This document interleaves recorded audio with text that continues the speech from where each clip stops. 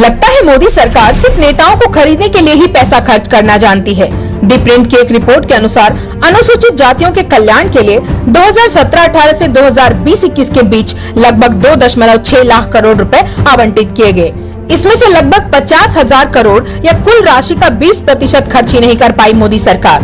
बड़ा सवाल यह है, क्यों मोदी सरकार महामारी के दौरान भी आर्थिक तंगी से जूझ रहे जरूरतमंदों को लाभ नहीं पहुंचा पाई? और इस तथ्य को सुनकर और भी हैरानी होती है कि पिछले साल जब महामारी के दौरान अधिक धन खर्च करने की आवश्यकता थी, तो 2020 में उस साल 41% धनराशि विभागों द्वारा उपयोग की ही नहीं गई। इतना ही नहीं, अनुसूचित जातियों के लिए कोई विशेष योजनाएं नहीं थी। 10 विभागों को आवंटित 1,33,000 करोड़ रुपए का लाभ तक सीधे एससी को मिला ही नहीं। और हमेशा की तरह मोदी सरकार ने इस बार भी डेटाबेस रखने की जहमत नहीं उठाई। और यह केवल एससी कल्याण नहीं है, मोदी सरकार ने कुछ अन्य महत्वपूर्ण योजनाओं पर भी आवंटित धन का उपयोग नहीं किया है। Nirbhaya fund 73% fund roads, railway building में उपयोग किए गए, बाकी अप्रयुक्त।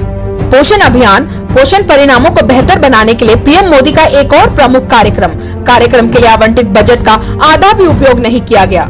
जल जीवन मिशन में सरकार 2018-19 में 2,436 करोड़ रुपए और 2019-20 में 4,631 करोड़ रुपए का उपयोग करने में असमर्थ थी। स्वच्छ भारत मिशन के तहत मंत्रालय 2018-19 में 10,683 करोड़ रुपए और 2019-20 में क्रमशः 10,475 करोड़ रुपए खर्च नहीं कर सकी। ये कुछ ही हैं। मोदी सरकार अन्य प्रमुख कल्याण योजनाओं पर भी आवंटित बजट का उपयोग करने में नाकाम रही है। आप सरकार की अक्षमता की कल्पना कर सकते हैं, जब वह धन अर्जित करने के लिए राष्ट्र की संपत्ति को बेच रही हो और दूसरी ओर कल्याणकारी योजनाओं के लिए आवंटित धन का उपयोग करने में असमर्थ हो।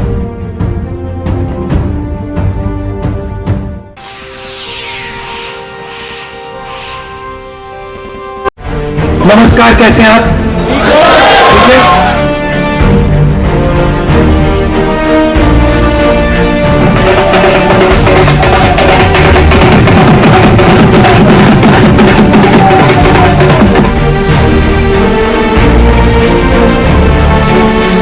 इंडिया की जो इलेक्शन या पॉलिटिक्स में स्टूडेंट का इन्वॉल्वमेंट होना कितना जरूरी है। मेरा आइडिया है कि ज्यादा से ज्यादा युवाओं को राजनीति में आना चाहिए, एक्टिवली पार्टिसिपेट करना चाहिए। और जहां भी आपको लगता है कि असम से चोरी की जा रही है, आपको असम के लिए लड़ना चाहिए और लड़ना पड़ेगा, प्यार से, पत्थरों से नहीं, लाठी से नहीं, बंदूक से नहीं, प्यार से।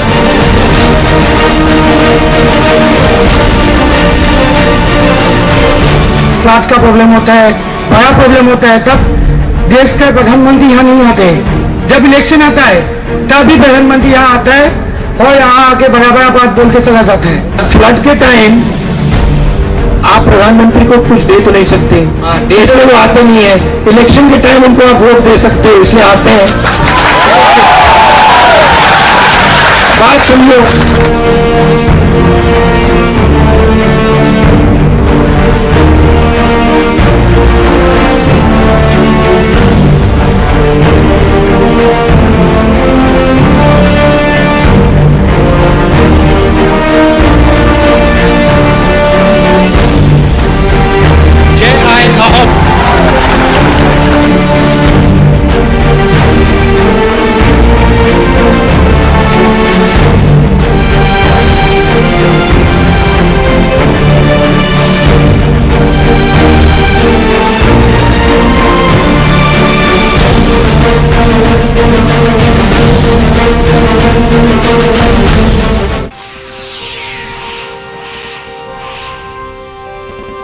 सुप्रीम कोर्ट ने शुक्रवार को मराठा कोटा मामले पर सुनवाई के दौरान कहा कि आखिर नौकरियों और शिक्षा में कितनी पीढ़ियों तक आरक्षण जारी रहेगा। इसके अलावा सुप्रीम कोर्ट ने आरक्षण में 50% की अधिकतम सीमा को हटाए जाने की स्थिति में पैदा होने वाली असमानता को लेकर भी चिंता जताई है। महाराष्ट्र सरकार की तरफ से पेश हुए वरिष्ठ वकील मुकुल रोहतगी ने न्यायमूर्ति अशोक भूषण की अध्यक्षता वाली 5 न्यायाधीशों की बेंच से कहा कि कोटा की सीमा तय करने पर मंडल मामले में फैसले पर बदली हुई परिस्थितियों में पुनर्विचार करने की जरूरत है। उन्होंने कहा कि न्यायालयों को बदली हुई परिस्थितियों के मद्देनजर आरक्षण कोटा तय करने की जिम्मेदारी राज्यों पर छोड़ देनी चाहिए और मंडल मामले से संबंधित फैसला 1931 की जनगणना पर आधारित था।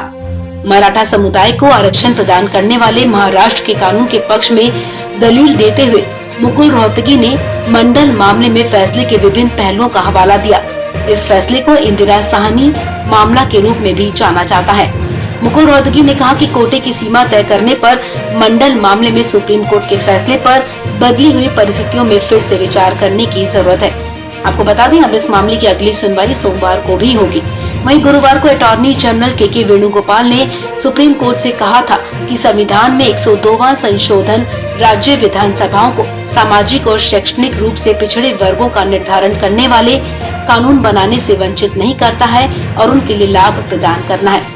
आपको बता दें, संविधान में 102वां संशोधन कर उसमें अनुच्छेद 338B को जोड़ा गया था, जो राष्ट्रीय पिछड़ा वर्ग आयोग की संरचना, कर्तव्यों और शक्तियों से संबंधित है। बुधवार को सुप्रीम कोर्ट ने कहा कि मराठा सामाजिक और राजनीतिक रूप से बेहद ही प्रबल रहे हैं। यहाँ तक कि महाराष्ट्र में 40% सांसद और विधायक इसी समुदाय से हैं। बावजूद ये कहना कि वो पीछे रह गए, ये पूरी तरह से अन्यायपूर्ण है। मुकुल रोहतगी ने कोर्ट में कहा कि केंद्र सरकार ने भी कमजोर तबके के लोगों को 10% आरक्षण दिया है, जो आरक्षण की 50% सीमा का उल्लंघन करता है। इस बार 5 जजों की बेंच ने कहा कि यदि 50% की सीमा का कोई मतलब ही नहीं, तो समानता की क्या अवधारणा रह जाएगी। उन्होंने आगे कहा कि हमें इससे निपटना होगा। आखिर कितनी पीढ़ियों तक आरक्षण चलता रहेगा।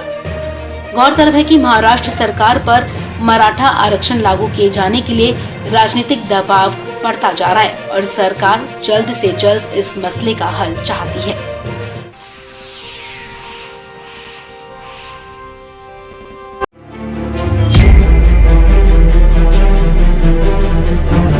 मुंबई पुलिस अधिकारी सचिन वजे केस में महाराष्ट्र के गृह मंत्री अनिल देशमुख ने दिल्ली में एनसीपी प्रमुख शरद पवार से मुलाकात की।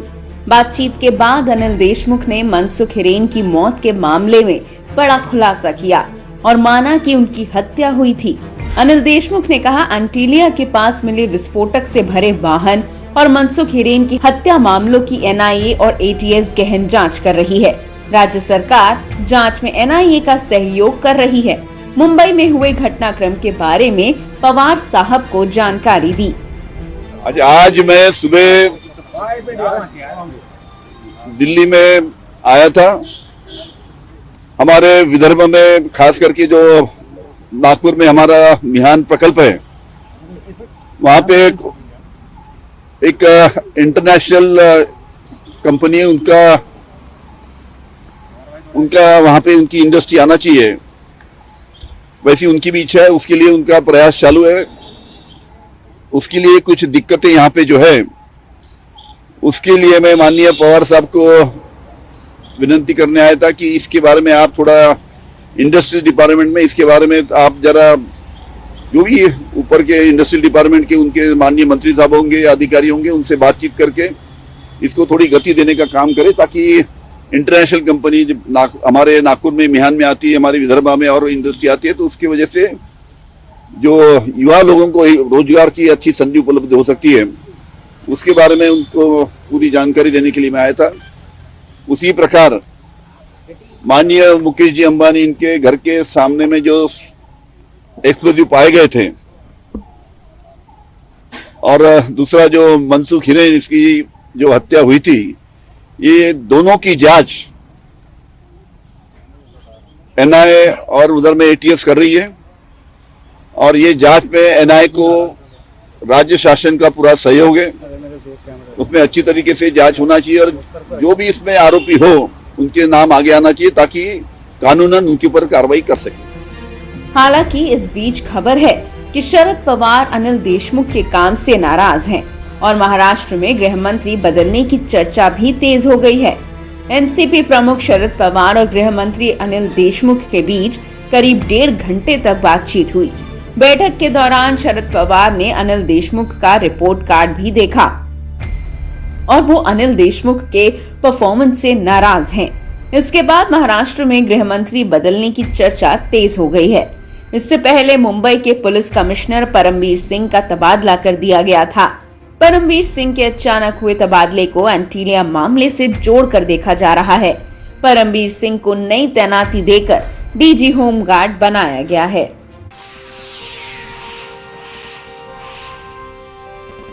मैसेजिंग ऐप व्हाट्सएप एक बार फिर से अपनी नई प्राइवेसी पॉलिसी को लेकर चर्चा में है। केंद्र सरकार ने शुक्रवार को दिल्ली हाई कोर्ट से फेसबुक के मैसेजिंग ऐप व्हाट्सएप की नई प्राइवेसी पॉलिसी को लागू किए जाने से रोकने की अपील की है। सरकार ने कहा है कि व्हाट्सएप की नई नीति की वजह से नागरिकों के डेटा मिसयूज का खतरा बढ़ जाएगा। बता दें कि व्हाट्सएप की नई प्राइवेसी पॉलिसी और टर्म्स ऑफ सर्विस 15 मई से प्रभावी होने वाली है। इलेक्ट्रॉनिक्स व सूचना प्रसारण मंत्रालय ने व्हाट्सएप की पॉलिसी को चुनौती देने वाली एक याचिका के जवाब में दाखिल अपने एफिडेविट में ये बात कही है। केंद्र सरकार ने कोर्ट में एफिडेविट पेश करते हुए कहा कि विनम्रता पूर्वक आग्रह किया जाता है कि व्हाट्सएप को 4 जनवरी 2021 से 8 फरवरी 2021 की तारीख वाली या किसी भी और तारीख की उसकी नई प्राइवेसी पॉलिसी और टर्म्स ऑफ सर्विस को लागू होने से रोका जाए। इसमें यह भी कहा गया है कि आईटी कानूनों के तहत कोई भी कंपनी जो अपने बिजनेस के तहत डेटा कलेक्ट करती है उस पर डेटा की सुरक्षा को लेकर कुछ जिम्मेदारियां होती है। उल्लेखनीय रूप से कानून के तहत यह अनिवार्य होता है कि डेटा कलेक्ट, स्टोर या किसी भी दूसरे तरीके से डेटा से डील करने वाली कोई भी कॉर्पोरेट संस्था कुछ निश्चित सुरक्षा के मापदंड देने वाली प्राइवेसी पॉलिसी लागू करेगी। केंद्र ने यह भी बताया कि सुप्रीम कोर्ट ने उसे डेटा प्रोटेक्शन को ध्यान में रखते हुए नए मानदंड लाने की जिम्मेदारी भी दी है, जिसके तहत सरकार पर्सनल डेटा प्रोटेक्शन बिल 2019 लेकर आई है। बता दें कि 2 फरवरी को हुई सुनवाई में कोर्ट ने व्हाट्सएप की नई प्राइवेसी पॉलिसी को चुनौती देने वाली याचिका पर केंद्र सरकार से जवाब मांगा था, जिसके बाद सरकार ने अपना जवाब दाखिल किया है। हाई कोर्ट में इस मामले की अगली सुनवाई 20 अप्रैल को होगी। बता दें कि याचिकाकर्ता सीमा सिंह, मेगन और विक्रम सिंह ने अपनी याचिका में कहा है कि ऐप की नई प्राइवेसी पॉलिसी भारत के डेटा प्रोटेक्शन और प्राइवेसी कानूनों में खामियों की ओर इशारा करती है। इस नई पॉलिसी के तहत ये प्रावधान है कि यूजर्स अगर इस ऐप का इस्तेमाल कर रहे हैं तो उनके पास अपना डेटा फेसबुक या थर्ड पार्टी ऐप्स के साथ शेयर न करने का विकल्प नहीं होगा। अगर वो ऐसा नहीं करना चाहते हैं तो वो ऐप को छोड़ सकते हैं।